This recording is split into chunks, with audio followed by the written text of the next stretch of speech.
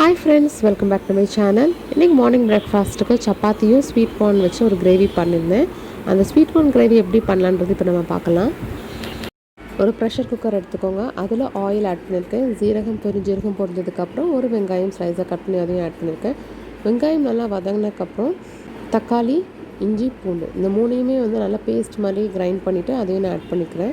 So இதனோட பச்சை வாசனைலாம் போனதுக்கப்புறம் நம்ம எல்லா மசாலாஸும் ஆட் பண்ணிக்கலாம். Turmeric powder, chilli powder, coriander powder, garam masala powder இது எல்லாமே நம்ம ஆட் பண்ணியாச்சு. ஆட் பண்ணிவிட்டு எல்லாம் நல்லா கலந்து விட்டுக்கோங்க. இது கூடவே நம்ம இந்த கிரேவிக்கு தேவையான சால்ட்டும் நம்ம ஆட் பண்ணிக்கலாம். இப்போ நம்ம ஸ்வீட் கார்ன் ஆட் பண்ணிக்கலாம். ஸ்வீட் கார்ன் ஆட் பண்ணதுக்கப்புறம் ஒரு 2 glasses ஆஃப் வாட்டர் நம்ம ஆட் பண்ணுறோம். ஸோ கடைசியாக கொஞ்சம் கொத்தமல்லி இலையும் நம்ம கட் பண்ணிவிட்டு ஆட் பண்ணிக்கலாம். இப்போ ப்ரெஷர் குக்கர் லீடை க்ளோஸ் பண்ணிவிட்டு ஒரு 4 விசில் வந்தால் போதும், ஸ்வீட் கார்ன் கிரேவி ரெடி ஆகிடும்.